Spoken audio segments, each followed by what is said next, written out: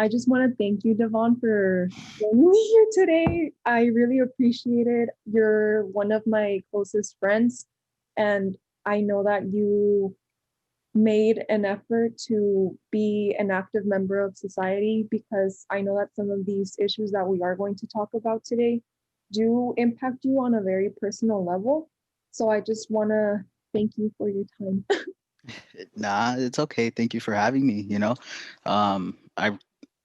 I like the thought that you're going to ask me because it makes me feel not seen, but where I come from, the Imperial Valley, it's the smallest place ever. And lately it's been really hard to just try and get to other people. Like it's really hard to reach out of Calexico from where I'm from. And it's just even how you said the type of activism that I do. Recently, well, not recently, last year when George Floyd was murdered, um, it was really difficult to be here and stuff because Calexico being a predominantly Hispanic community, and me being biracial and stuff. So I understand that my community isn't very involved or they haven't really experienced um, Black people, I guess you could say, in the sense that they're not fully, they kind of have the mindset that they're just like, it's never going to happen to me. Yeah. And that's okay. And that's not okay. And it's really difficult when you feel that you're the minority within a minority. Mhm. And me trying to do as much as I can to possibly just spread information, just go out there and try and make a difference, in my own community. And it's really difficult when people are very stubborn or they just, like I said, they're in that mindset where they're just saying, well, I'm not Black, so it doesn't affect me. And so when, as I was saying, when George Floyd was murdered, we had a we had two Black Lives Matter protests here. We did one in June, forgot when, but it was June, and we were speaking up and everything. So we had the Black Lives Matter of Imperial Valley speak up, the organization that's there. And then the second protest, it was more of a vigil for George Floyd. So we were standing there, there's prayers said, and we um we stayed in silence for the whole 9 minutes that George Floyd was, I'm sorry, it's a pretty touchy subject. And it just made me realize more of my identity. And because of this, the series of events that just took place, I sort of had an identity awakening. So I've always known that I've been biracial and everything. And as you can tell, I'm pretty light skinned. So I've never really thought that I was subjected or that I was experiencing the type of racism that other Black people and people who just have dark skin go through all the time. So from my friend group and everything, I never really took the time to consider or to think where I fit in. So the high school that I went to, I was literally made up the 0.1% of Black people in there, and I'm biracial. So it's kind of like, wow, like that's how little, like I'm not exaggerating or anything, of how much diversity is there. And I've begun to realize where I kind of fit, and it's kind of hard to say that society actually sees me like just a Black man, and they kind of just throw away everything else.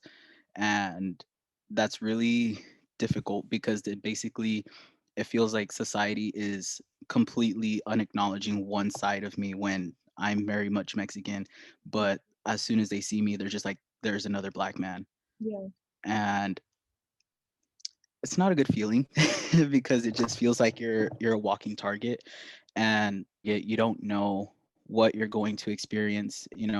And as I'm going to be moving soon, I'm not sure what I really am going to experience when I leave here, because as I said, here it's so, I like to call it sheltered, or like Sounds we're good. in a, yeah, like we're in like a little bubble.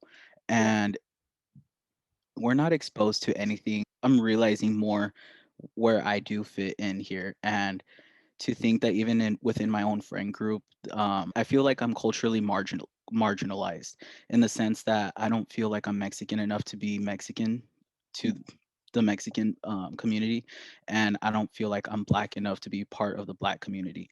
So going back to why I've even brought this up, I'm thankful that you're giving me this opportunity to actually just speak up and let my voice be heard, because it's so difficult coming from here and then just feeling like your voice isn't heard, you know? Yeah, I feel like you definitely said something very important with this whole idea of you being a minority amongst another minority, because yeah, like you said, the place that we grew up in is very different from anything else that I've ever seen. I think the last time I checked the statistics, we were like not even just Calexico, like the entire Imperial Valley was 86% Latinx people. Yeah. I feel like we've just been so sheltered, and I feel like when I personally moved away, like to go to school, I was exposed to like a bunch of different things that I had never even considered, that I didn't even think could happen, because I felt so comfortable within my community because I was so widely like represented in it. Mm. Leaving home and seeing everything else like also sort of reinforced my identity and who I am as a person, because I recognized that I wasn't represented like in Santa Mhm. Cruz specifically. Right. So I feel like for you, you're a biracial man, and like you said, you were literally like the only Black person at school. Yeah. You kind of touched on this already, but I just want to ask you again, how do you see these two identities of yours being at conflict with one another? It's funny that you asked that. Reason why is it's so conflicting because I can be with my family, for Mhm. example, and I can feel well, my family, I'm Mexican. I was raised Mexican, first language is Spanish, and I born and raised. So to me, it's like I'm more Mexican than I'm black, I guess you could say. But the conflict, how I said, is I'm like a walking target. I'm a walking black man, you know. Society puts me, especially because I'm a very vocal and emotional person. So if I were to express myself, and I've seen it a lot with my friends and anybody I went to high school with, um, you could you could probably ask anybody from high school who's known me, and they'll probably say that I'm a very loud person, or Mhm. they'll say that I'm um aggressive, or they'll say that I'm this, or they'll give you probably um what's the word? I don't want to say stereotypical, but we'll go with, for the lack of a better word, we'll go with stereotypical. They'll give you stereotypical descriptions of a black person, of how someone else would describe a black person: angry, loud, rude, problematic. And to me, the reason why they see me like that is because all my life, it's like I've been completely shielded. Mhm. And because I lost my father at a really young age, and I wasn't very close to his side of the family due to issues that happened after his passing and stuff. So I never really was fully exposed to the black community. I'll go there for like holidays and stuff like that, and you know, enjoy it. It's all love, and it's all love, and I always feel welcome there and everything. And it just, I see them and I'm just like, I'm really a part of this, you know? And I just can't help to think about how I can relate more to them Mhm. than my own family based off of the experiences that I've been through. And going back to how I was implying with my friends and stuff, I can be with my friends and I'll feel Mexican and everything because we're all Mexican. We'll all listen to the same music, you know, the food, everything, the culture, it's all there, and we all celebrate it collectively. But things that happen when I grow up and stuff, it's like things that I've reflected back in sixth grade. I can remember there was this really tall sixth grader for their age and stuff. And I had a real my fro. I had Yeah. big fluffy hair and stuff, and I didn't like to cut it. And he always liked touching my hair, and it always made me uncomfortable, and I hated it. I it was so annoying. But I never, since I've never really grown up with other black people, I didn't know that this was a very common thing. Yeah. And it wasn't until I was older where I saw that this is an extremely common thing, and black people all feel the same way about it. It's just like we feel like we're objects, or we're like a walking petting zoo for people, and they'll just go up and touch your hair, and you can tell them, stop, like, don't touch my hair, like, what the heck, what are you doing? And then they'll even go further and continue touching your hair. So like that kid, he would always touch my hair every single day. um Even till this day, I'm still getting treated like I'm a walking petting zoo, like, by my family, by my friends' parents, by literally anybody who comes up to me and they'll see curly hair and they're like, "Oh my god, I love curly hair. Let me go touch it," or whatever. And as a kid, we've always been taught, keep your hands to yourself. So it's kind of annoying, Yeah. not even kind of annoying, it's infuriating when an adult is coming to you and they're grabbing your hair. I had my own aunt come up to me, run her fingers through my hair, clench it, and she was shaking my head, as well as my friend's mom. Yeah.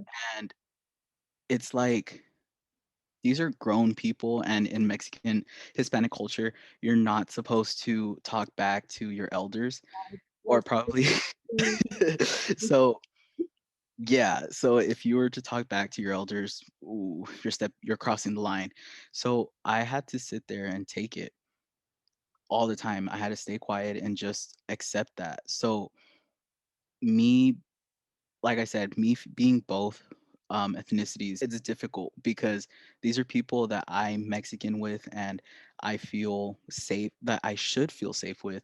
And then I see that they're handling these little microaggressions towards me, or I'll see that they'll say something about the Black Lives Matter movement. And in Hispanic culture, it's there's so many microaggressions embedded.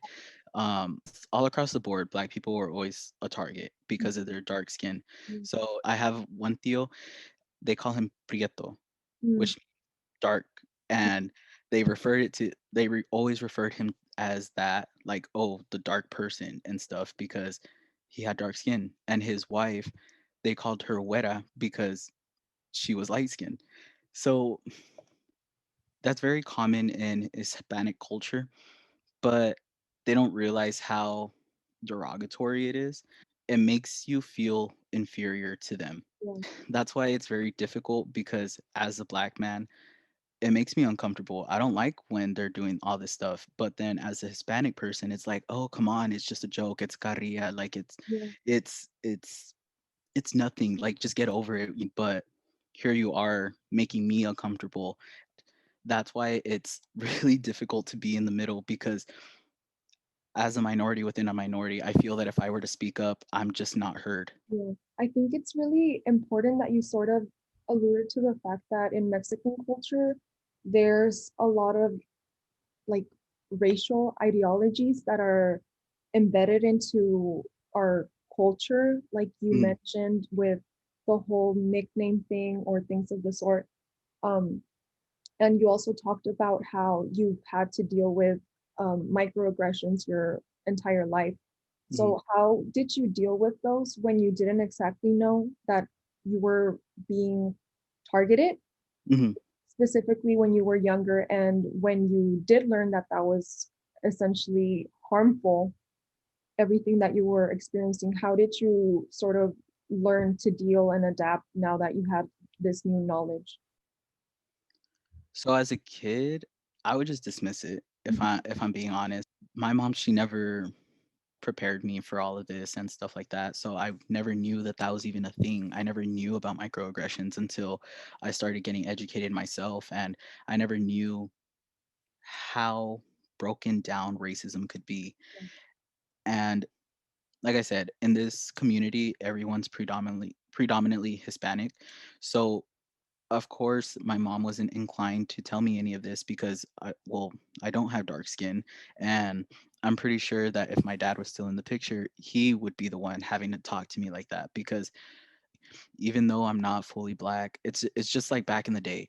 You can be 1/8 black and they called you an octoroon. Yeah. And Like even in the Plessy versus Ferguson case, it's crazy to me how just even like such a small percentage can sort of play into the adverse experiences that you will sort of face throughout your lifetime just because of the widely instituted like racial prejudices that are rampant not only here in the United States but also like we live in a border town. We know everything that's been going on with like Mexico, and we know how that culture is also inherently racist in many aspects of it. like how you just said, that's crazy. Yeah. That's it's mind blowing because you really 1/8 Mhm. black and you were discriminated against.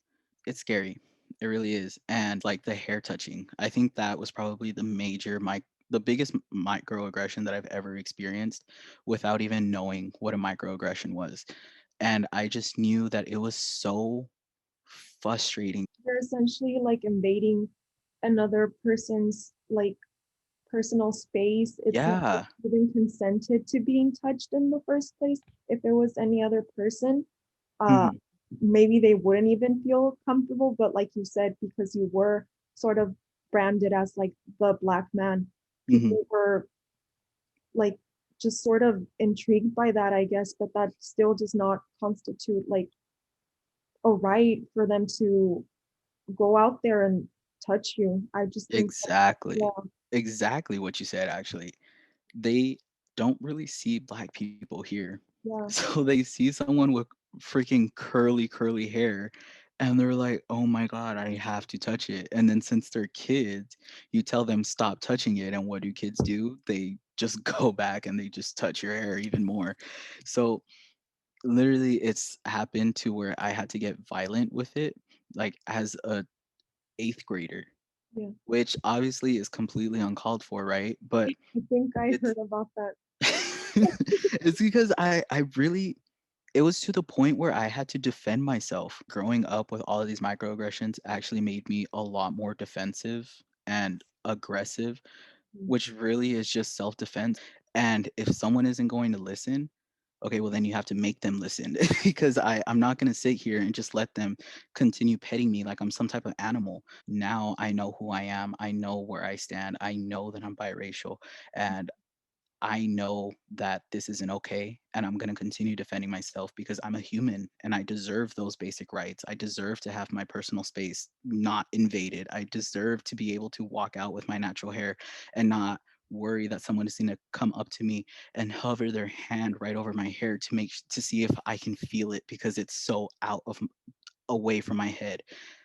And yeah, I can feel it. So it's even after I graduated, I was working at Journeys and that was the first time that I was just like, wow. And it really scared me for the future for when I leave the valley because my own manager called me a monkey, called me a slave, their slave to be specific, and she was hypersexualizing me. Mhm. And all of these things, they just felt so uncomfortable. And it's just that was the first job I've ever had. And I literally quit. Mhm. I think I lasted 3 months and I quit. She put music and then she would ask, "Oh my God, is this okay? Can I put this music? Like, is it racist if I put rap music? Like, why would you say that to Mhm. me? Like of course it's okay for you to listen to rap, but why are you specifically asking me, but you want to make it a point like to go around telling other people, "Oh my god, is it bad that I'm like playing this?" And I don't know what. And it's just okay, like why are you doing this? And even in high school, I didn't even think about it until like when I was really reflecting when the first time I got called a nigger and I remember I was so taken aback because by then I think I was probably a junior Mhm. and it was someone who was younger than me and she said that word with so much anger and hate towards me. I it I froze for a few seconds because legit couldn't process that this was the first time that I was being called a nigger in my school by someone who's my classmate, and I didn't know how to react. I didn't know how to feel. That was the first time that I was just like, wow, because up until that point, I always thought I was seen as Mexican. Yeah. And that day on, I knew that I wasn't just Mexican. And I knew that I was biracial, but I didn't think that society saw me as a black man until that slur came out. And it was so just powerful. Still to this day, I don't know how I would react because I would want to get physical, but I know that it's not okay. That's what they want. They want you to get mad. They want you to give them a reason to call the police and escalate the situation. They want that. They know that that word has so much power against me, so they use it for their benefit because they know that freedom of speech is defending them. It's hard knowing that that word has so much power because how do you reform that? How do you get people to start thinking differently when it's so embedded into their ideology? And it's actually kind of traumatizing because that was just where I realized everything started to change for me. And even like I said, I thought I was Mexican to everybody around me.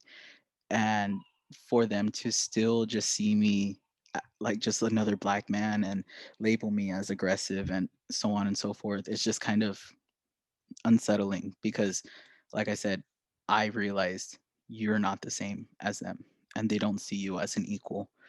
And of course, not everybody's like this, you know, of course, there's allies and of course there's people who actually have that respect and they do see me as an equal, as another human being. It's crazy for when it actually comes and it's just like, whoa, did you really just say that? And they want you to feel inferior, and I know that I'm not inferior. I know where my place is. I know I'm smart. I'm going to do amazing things, and I'm not necessarily trying to do all these things to prove them wrong, but it annoys me because they're trying to make me feel less of a human being compared to them, when in reality, it's the other way around. Mm. The fact that they're trying to pick on me and trying to make me feel lower shows who the bigger person really is. Still, just that alone, it's if you're already having those thoughts towards someone else, you're caring too much. You can start caring about your own personal life and you can make the changes in your life.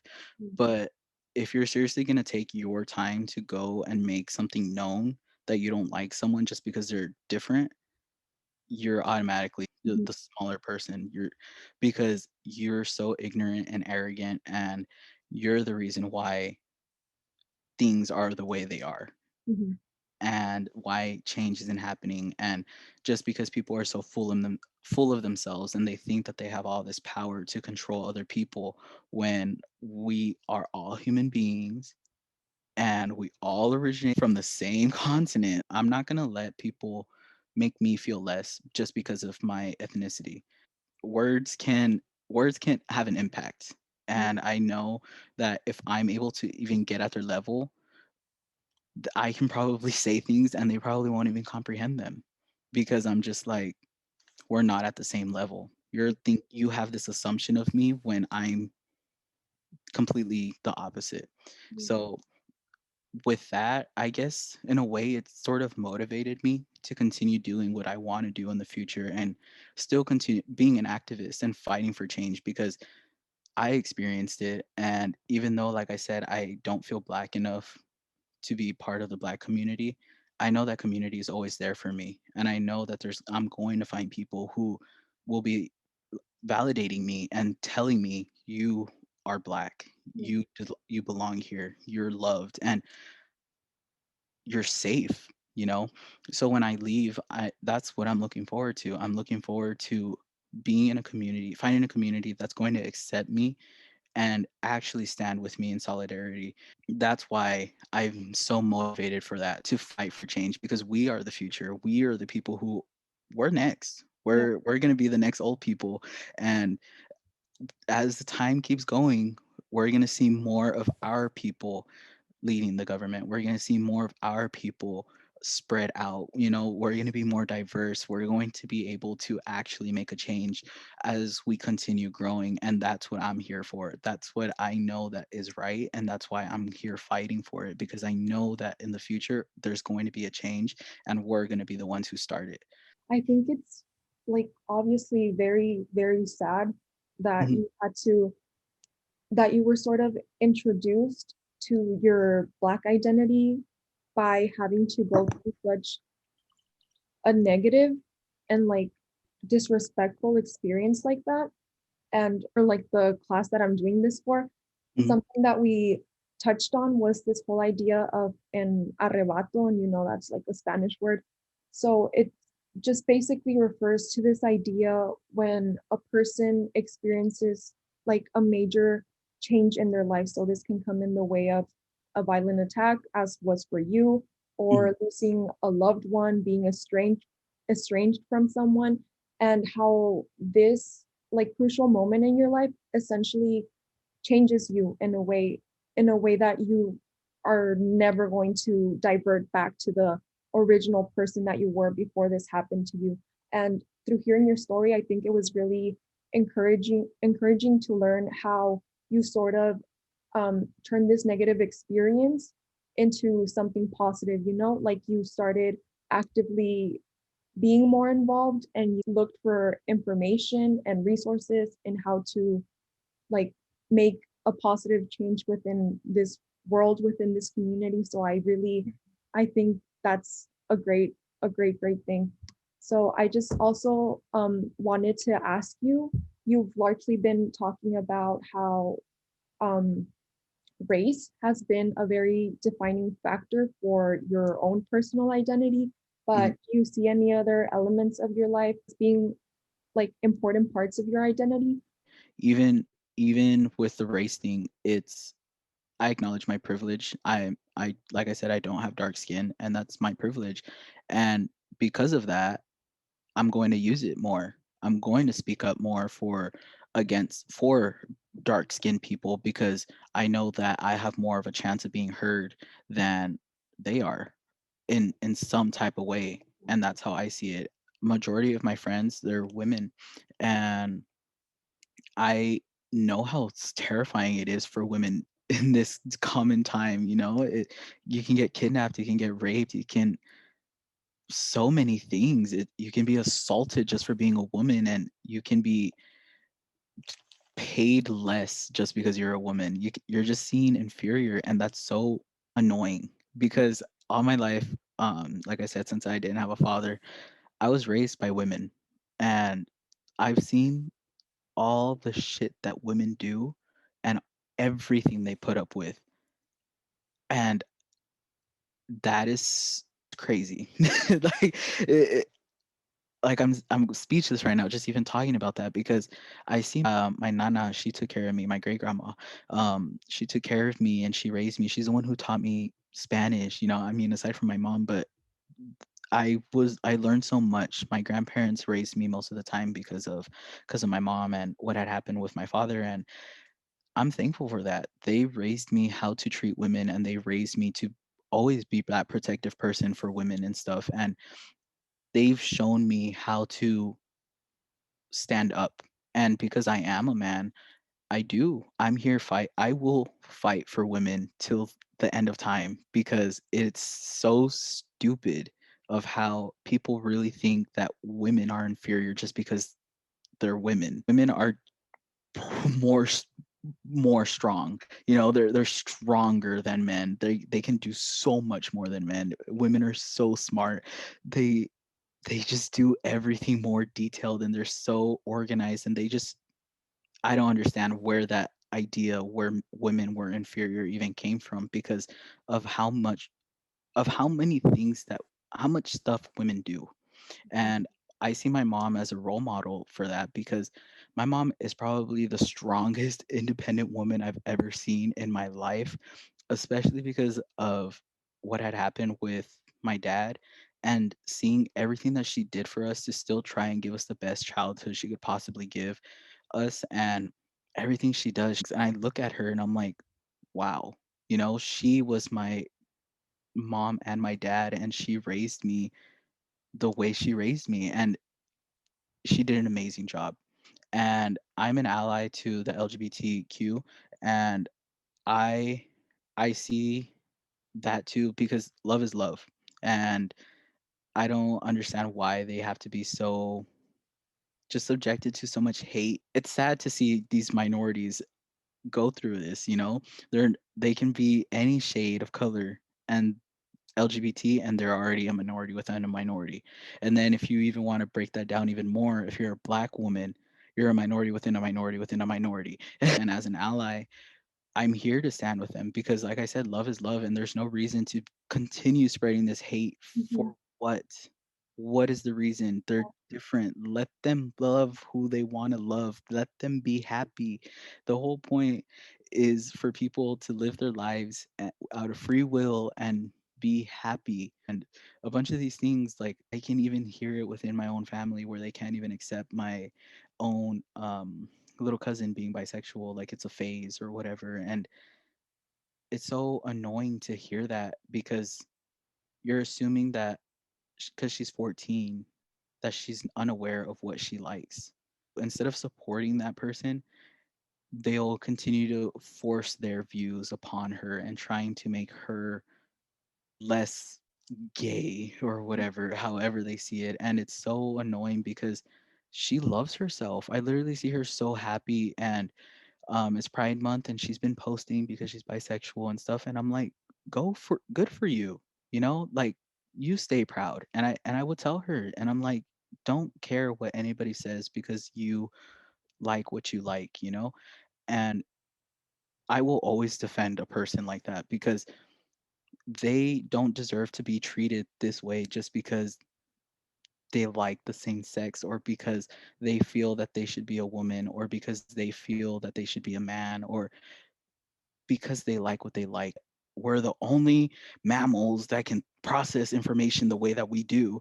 So, like, oh, and we're here. We're literally living on a floating rock in space, like in the Milky Way. So, these people, they really want to take their time and be like, "You gay people are awful," and it's like because they love people. I don't understand. So, and now, I want to help people because of how I've been treated, everything I've been through and stuff like that. And it's like how alone I felt, I guess you could say.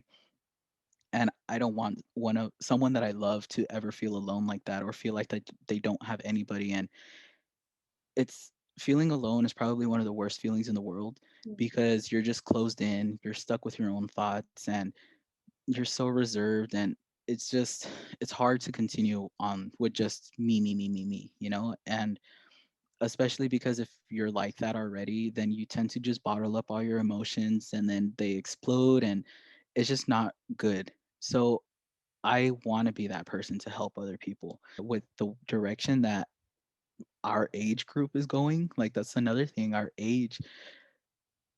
Our minds are so smart, and just seeing, and even people younger than us, like it really warms my heart to see that there's literally teenagers out there protesting. And it's empowering because it's like we are the future, how I said, and we are going to make that change. And the change starts with us. And obviously, there's people, late millennials to late Gen Zers. We are the future, and we're going to make that change. And all of us understand what it is like to be a basic human being. And although the racist people are going to continue to pass down their traditions because that's how everybody is, I still have a feeling that it's going to be significantly less because I've seen that the numbers are increasing for um, people of color. Yeah. Like there's more interracial relationships and stuff. So it shows that there is something going on. Although the world isn't perfect right now, and the way everybody is still, I just know change is coming, and I'm going to continue praying. Thank you for sharing that. I feel like by talking to you, I've sort of gotten the sense that you're a very optimistic person and you're looking forward to future events and developments and making just a more equitable society. And Yeah. I feel that too, like, I think we're at a very critical moment, like here in the United States. So I definitely see the possibility for change, maybe not in the near future, because things usually do take a while to Yeah. sort of trickle down into like virtually every aspect of society. And I think that you've made a number of very interesting points throughout your conversation. Like you touched on so many issues that you're affected by or issues that you have a particular interest in. So I get the sense that you're a very like you're very focused on intersectionality and being inclusive of just everyone, Hmm. and you're very socially aware about everything that's going on. And I have a couple of other questions for you. I That's promise okay. it's just like maybe four more. So you're obviously very vocal, very active within the realm of activism. So what Mhm. does activism mean for you? The activism is standing up for what's right Yeah. and continue standing up and continue fighting for what's right.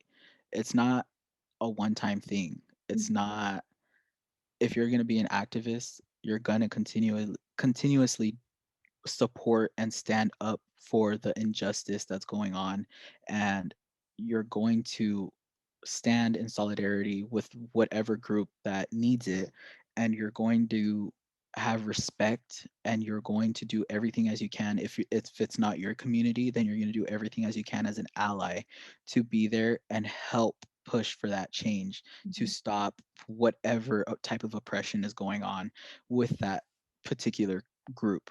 Yeah.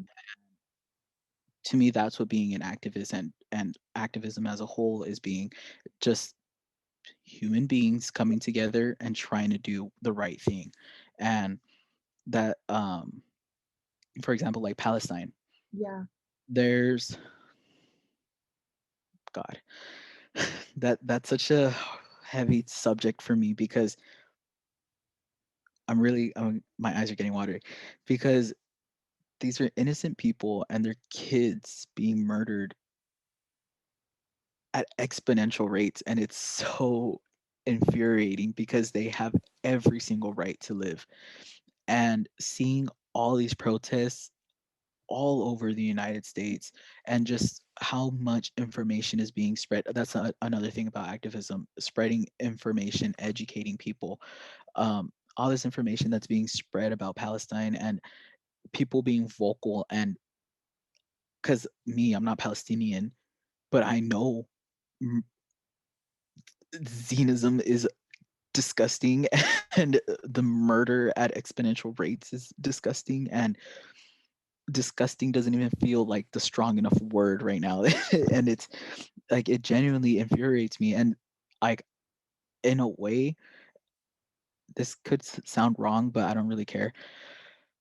I think this issue is more, not like there's a balance, or there's something is more important than the other, but Black lives, all Black lives matter, right?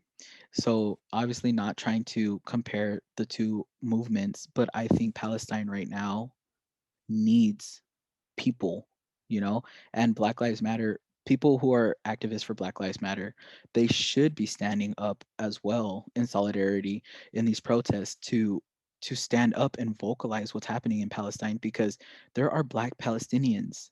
Like, this is the whole point of Black Lives Matter. All Black Lives Matter. And like I said, I'm not trying to compare them, but I think that this issue right now is far more important, because it's they're literally trying to erase Palestine. Mhm. So, and these are human beings, and yes, what's happening to Black people is terrible, and there's Black Palestinians, like I said, they're still part of that group, but these people, what they're going through is so much their own people are basically bombing them Yeah. well, they're not their own people, right? But you get what I'm trying to say. They're bombing, destroying their city. And although, yes, in the history, things like this have happened to Black people and stuff, and but either way, it's human. These are humans. And to me, like as an activist, that's what it is. Mhm. Activism, standing up for humanity, trying to save humanity, trying to restore it where it's all love and just being able to live with one another and not have these problems, and where you walk outside and you don't have to think, oh my god, am I going to get arrested today, or oh my god, am I going to be hate crime today, where people can actually go out, where women can go out late at night for a run without the thought of having to be raped, or without being the thought of getting kidnapped, and things like that. That's what we deserve. And there's just so much evil in the world that it's taken that privilege away from all of us. And going back to the activism thing, that's what I see, standing up for for humanity. Like that'll be the best way to explain it. Just doing the right thing and being vocal, spreading that education, that correcting that miseducation, and letting your voice be heard to amplify the minority group that's being oppressed. Yeah, Because obviously nothing is going to happen if the oppressors are still remaining the oppressors and the minorities remain the minorities. The only way to fix that is if the minorities become the majority, which is these people, these activists getting together and amplifying this and giving out the information, letting it know that this is not okay and we don't support this. We need to do something about it. So that's what I think is very important about activism, is our voice, because the whole point is to amplify those voices of those who are being oppressed, and spreading that education and trying to change the mindsets. Wow, that sounds kind of like a dictatorship, huh? Trying to get everybody to think the same. But either way, like that's what I think is funny, because a lot of people are like, oh, like you're trying to get us to think like you or whatever. Oh, you communist, and I don't know what, and blah blah. And it's like, no, dude, I'm asking you to be a basic human being. That yeah, it's not that fucking hard, okay? Like seriously, it's just having respect for another human being and leaving them live. yeah. Everybody deserves to live, and everybody deserves to live the life that they want to live. Sort of amazing, really, that with every question that I've been asking, you've sort of been hitting the target right on. I think that you would have really enjoyed taking this class if you were a student at UC Santa Cruz. And Mm, specifically wanted to highlight something that you mentioned, like in regards to everything that's going on right now in Palestine, mm, and how you sort of recognized that there was a need for you to sort of divert your attention from Black Lives Matter to a more like imminent issue that was affecting a number of people like right there in the moment. And you may not know mhm, the term for that actually, but I do, because I learned about it in this class. And when an activist engages in that sort of um, shift of attention, essentially what it is mhm, an emergent strategy, because you recognize that there's something of just that's just as important that requires your attention. And mhm. that's not to say that you're not like bothered by everything that's going on with another movement that you may have been involved with. You're just sort of recognizing that there's this need to address something that's happening and affecting a number of people. And Yeah. I think that's like, I don't know, I feel like you're very well rounded as an activist. And I think I really, I don't know, I feel like you're a role model because you're such a positive Oh. person. I've known you for I don't know how many years now, but you've always been a very positive person and an uplifting person. And like I previously mentioned, you're always so engaged with these types of social issues. Like I know that I personally get a bunch of my information like regarding movements and things of the sort from you because you are very active like in social media. And I feel like every time that I log into Twitter, Mhm. like my entire timeline is just like everything that Devon has retweeted. And I'm grateful for that because it's always like information of substance.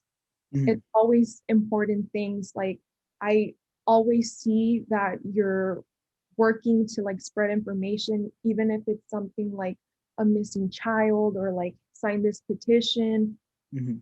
or wider like bigger problems in the world in a way, like relating to Palestine, Black Lives Matter. I know you were super, super active last summer when the entire situation with George Floyd sort of took the world by storm. And Mhm. that's actually how I found out about the Black Lives Matter protest that was happening here because you Mhm. put out information out there. And thank you for that because I was able to go for that and even get to talk to you there when everything was happening. Yeah. So I just sort of wanted to ask you, how do you engage in activism? Obviously, we said that social media is like a big thing for you, but Mhm. apart from that, are you involved with any organizations or have you participated in any other protests? And specifically, I remember that you were involved with, I think it was a clothing company. Mhm. Yeah, so could you talk a little bit about that? Yeah, definitely. So the way that I like to get involved, like I said previously with your other question, for me, activism is using your voice. Mhm, And like I said, since we're here in the valley, it's so sheltered and so bubbled. And I know it's so easy to just like be like, okay, well, that's not me. So that's not gonna, like, I don't really care, you know? And that really bothers me a lot, actually, because that's such a toxic mentality. yeah, Because it's seriously, you're just unacknowledging other people's lives. And it it's crazy because I was over here saying, well, you shouldn't give a rat's behind of about what's happening with other people's lives and stuff. But at the same time, it's like, how are you going to remain silent when innocent people are being murdered at exponential rates? You know? So for my activism, like I said, my voice. So every time, like the people that I follow and stuff, they are also activists, you know? And I see there that they're always the ones that I see retweeting this information, and I'm like, wow, this is really valuable information that I think people should see. And since I'm not here trying to brag about my followers count or whatever, but I'm surprised how you said earlier that every time you go onto Twitter and you see all my retweets and stuff. Because low key, I was kind of curious as to if that's how people see, because I'm always retweeting things on Twitter, and I see it. like because I know you have a high follower count too, so I'm kind of surprised at that, but I'm glad because then that means people are engaging in those tweets. That kind of comforts me, actually, because that's the reason why I do it. I Mhm, want to flood people's pages, and I don't care if they're all like, oh my god, this dude's so annoying, or I don't care if they muted me, which I hope that they didn't because of that reason. Or I don't care, like I said, I just don't care if they unfollow me. If you really don't care, okay, well, you're part of the problem. Something as simple as retweeting, it's so fast mhm, just to simply spread information like that. And yet people are still like, oh, well, it's my social media. I can decide what I want on there and blah, blah, blah. And that's so dumb because it's seriously like, okay, what if your sister was missing? mhm, Wouldn't you want other people to retweet, or are you just going to pass by? So that's how I use my voice, basically, because here in the valley, where bring going back to that point, these people, they don't care, and I'm over here and I'm going to force them to see all of it if they're following me, because you deserve to see all the stuff, all the bullshit that's going on right now. So yeah, of course, I'm gonna continue retweeting about Black Lives Matter. Certain things like people dying on camera and stuff, I obviously try to stay away from retweeting. But yeah, if there's a very powerful saying or a very good point, I will retweet it. Um, but for the most part, I just do it to educate those around me, because I know a lot of people are ignorant and they just don't want to learn, because yeah, ignorance is a choice. So I know that a lot of people are just refusing to actually acknowledge the problem. So that's why I kind of just flood the timeline with all this information because I'm like, okay, well, I'm just gonna ruin your daily scroll.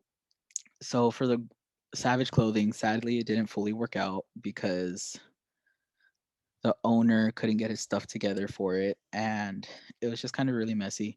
But I plan on doing my own brand actually, and continuing with what the brand wanted because I loved working with that brand because the whole point of it was that it was a Black Lives Matter brand and it was nonprofit and all of the merch and stuff would go to would donate it to black organizations.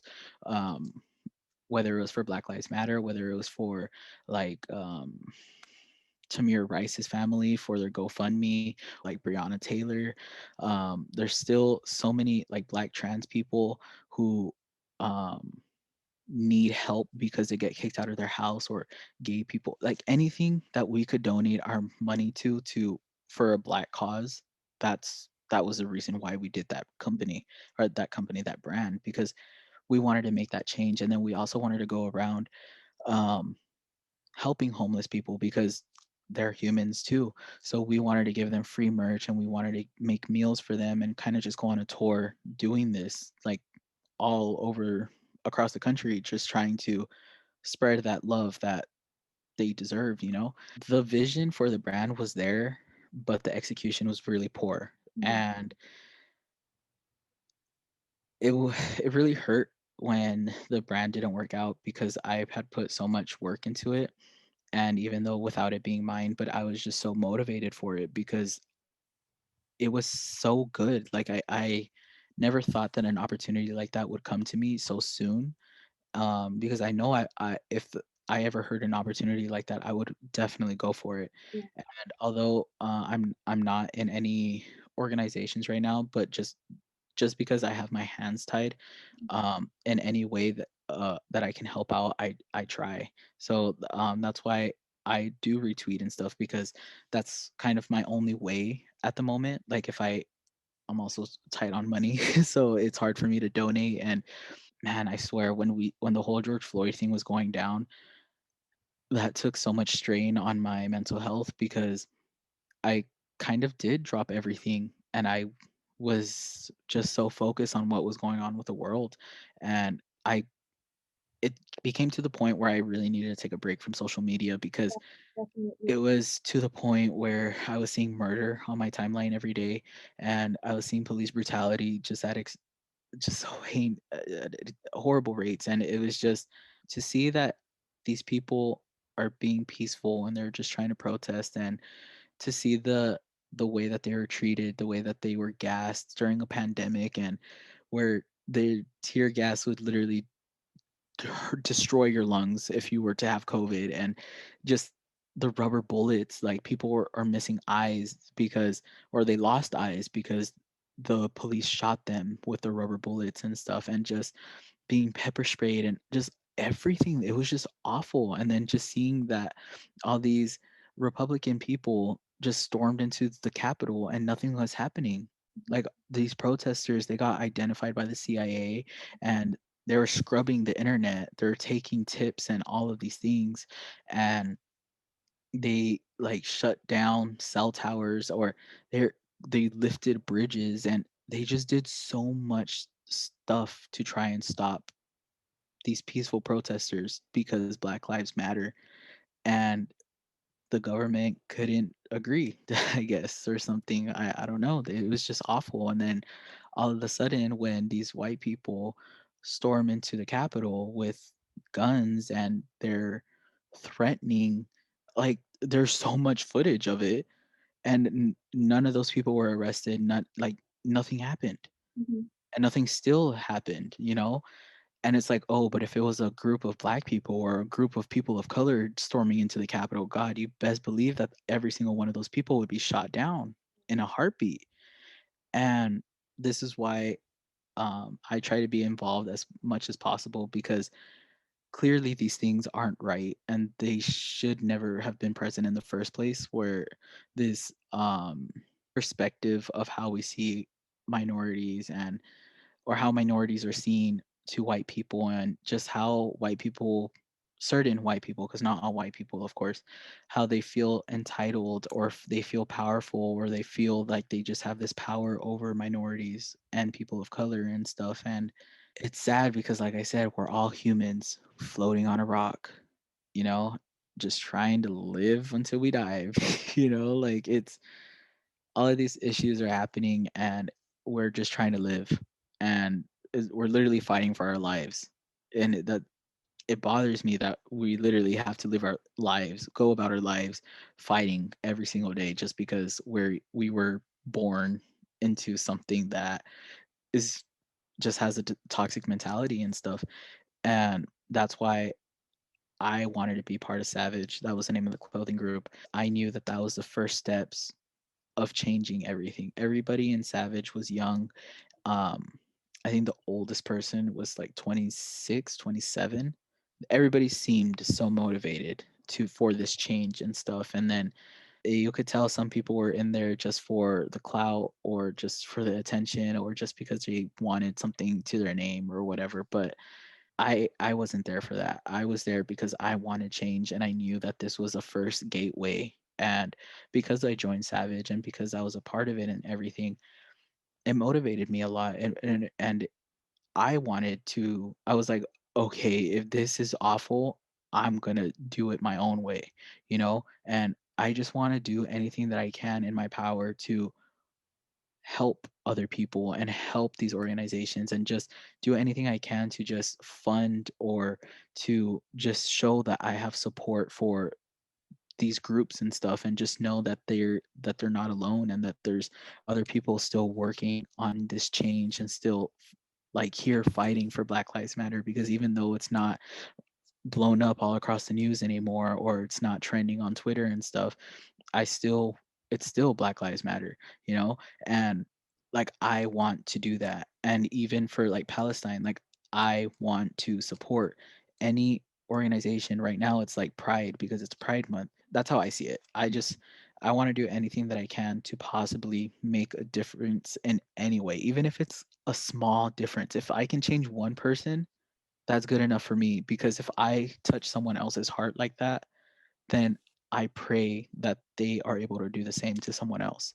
One person can do so much, and it's like a whole domino effect. But if you can do more than just one person, just imagine the power of that, and just increasing the allies that you have. Because like I said, nothing's going to change unless we actually act upon it, and we actually are vocalizing it, and making sure that people don't forget that Black lives still matter, that people don't forget that Palestine needs to be freed. And that's the whole point.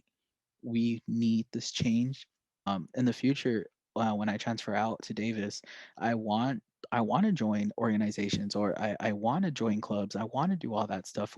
I know there's a lot more protest up there in like San Francisco. I remember seeing that there was like a Palestine protest up in San Francisco, and there's more activity up there. Like, best believe I'm gonna go up there, and I'm going to be participating, because for once I'm in a community that actively acts on things.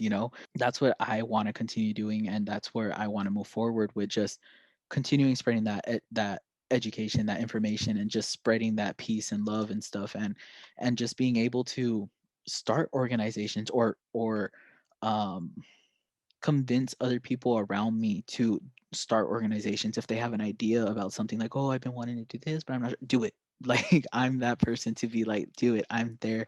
I'm for you. I'm going to support you every step of the way, in any way that I can. If you need help, like, let me get involved, and that's what I like. I like being involved, and I do want to help as many people as possible. Thank you for sharing that. I feel like I just want to ask you one last question. Throughout like this conversation, you've shared such an interesting perspective about like what being an activist means for you, how that's Mhm.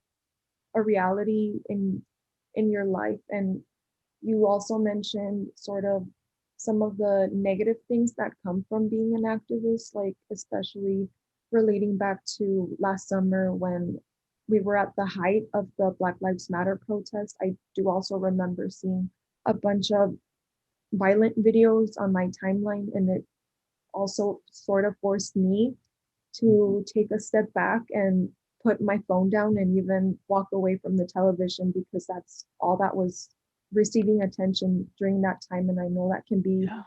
very traumatic for like people within that community specifically who Mhm. know that who just have to like go about life knowing that that is something that could potentially affect them. Like that could be you, that could be any of your family members, and I think that going like on with life knowing that is very scary, but I think it's very encouraging that we have been seeing so many more people speaking up on these issues because they do demand our attention and they are very important. And Mhm. you have been actively working to give back to your community. You have specifically been doing this in the way of spreading information. So moving forward, what do you want to see the community give back to you? Respect, peace, love. I don't need anything physically, but well, I mean, I guess I could say physically standing with me in solidarity if it's for Black Lives Matter. Standing with me if I were to start a protest for Palestine, I guess you could say, or standing with me for spreading the information and agreeing with what I'm deciding. And obviously, it's not like I'm gonna be planning world domination or whatever, and I want people to to agree with me. But like, if I were to, for example, something that just happened recently in the community was we have our first community fridge here in Calexico, and that's so cool. And if I were to do something like that, I would love for people in the community to continue sharing that. Like, hey, look, there's a community fridge. You know, you can go get free food, or just showing that support, because that's really what I want from my community. I just want people to stand with me, and in general, actually not even stand with me, stand with everyone, and just uplift everybody and just be positive and stop being so close-minded into thinking the way that they think of, especially because here in the community, since what was this statistic you said, some 80%, approximately 80% was all Hispanic. Okay, well, one thing about Hispanics is we're damn good workers. Mhm. We put in that work, okay? And that's I just have so much respect for that because we're so hardworking, and it's just crazy because there's so many things that Hispanics can do, and like it blows my mind of how determined and how just talented we are, like in our community and stuff. And there's other things out there besides just the valley. I would love to see us like just get together, and we can sure as hell be stubborn too and just stand up and be like, enough is enough. And that's what I would really just want. Just more people to be more open minded, to get out of that mentality and to flush away the toxicity and be more open to helping other people rather than just acknowledging their differences. And like, yeah, we can have our jokes and everything, but how I said, we're all people, and there's no need for any of this hate or this negativity or this evil or this anything negative towards these minorities. That's what I would want. Just people to stand up together and be like, if you want to give me something, give me that. Give me respect. Give me solidarity. Show me that you do care about my life and that you do want to stand with me, or show me that you do care about the women. Like, there's still women that exist, and they go through their own things, and stand with us, all together. Like, we can't make a change if no one is doing anything. Using your voice, you give me your voice, spread, repost, share, be more active. Stop thinking so much like, oh, it doesn't apply to me. Change your mentality. That's what I really want. And that, again, going back a little bit to Savage, that's the one thing that we were really trying to do, because we were going to have a tour here and help out the homeless people and stuff like that, and expose people. And like, yeah, like there's issues in our community too that we can easily change, but we're so ignorant and we're so arrogant that we only want to focus on ourselves because and do things that only benefit us when it shouldn't be like that. Like, yes, to an extent, fend for yourself, right? Like, if it's for a job or an internship, obviously you're going to be competitive, but for basic human rights, it really doesn't cost a thing to just treat someone with basic respect. So that's all I would want. Well, Devon, I just want to thank you for joining me in this conversation. I know it took way longer than, well, It, what I was I hoping for, I but give out so long responses. no, I think everything that you said has been very, very important, and it's information that's so valuable. And I really value your perspective on all of the topics that we covered today. And Thank you. I think it's very easy for us to remove ourselves from a situation when it doesn't necessarily affect us on a very personal level. But you're not like that at all. I think yeah, you just really see people for what they are. You recognize the value in people, and you don't do that based on their race, their ethnicity, class level. None of those things I know have dictated the way that your heart feels about people and these movements. So again, Yeah. I just wanna thank you for being here with me today. No, thank you for having me. Like I said, I love to talk, as you could tell. And thank you for listening to me. That's like I said, if I could just talk to one person and really get to the root of things, like I'm so passionate about this, as you could really tell when I'm with my responses. So you giving me the opportunity to be heard, and I don't know who's gonna see this, but whoever sees this, like it I just think that that would be so cool to just actually be heard and actually let other people know that it's okay to think about caring for other people. Like, it's just a basic thing. I'm thankful for you valuing me so much enough to think that like I'm a person to be interviewed. So I really appreciate that. Yeah, of course. I feel like when I was sort of working out the like specifics with this project, I had um other like potential people that I wanted to interview, and it wasn't until I talked to one of my classmates who told me that they interviewed one of their friends when like a light bulb just like went off in my head, and I was like, how did I miss that? How did I not think about like Devon in the first place? Like I told you, like when I messaged you for this, like you're the one. Yeah, you did. And I really appreciate it because like I said, you just giving me a chance to be heard. And in reality, I've been shut out so many times. So for once being heard feels nice.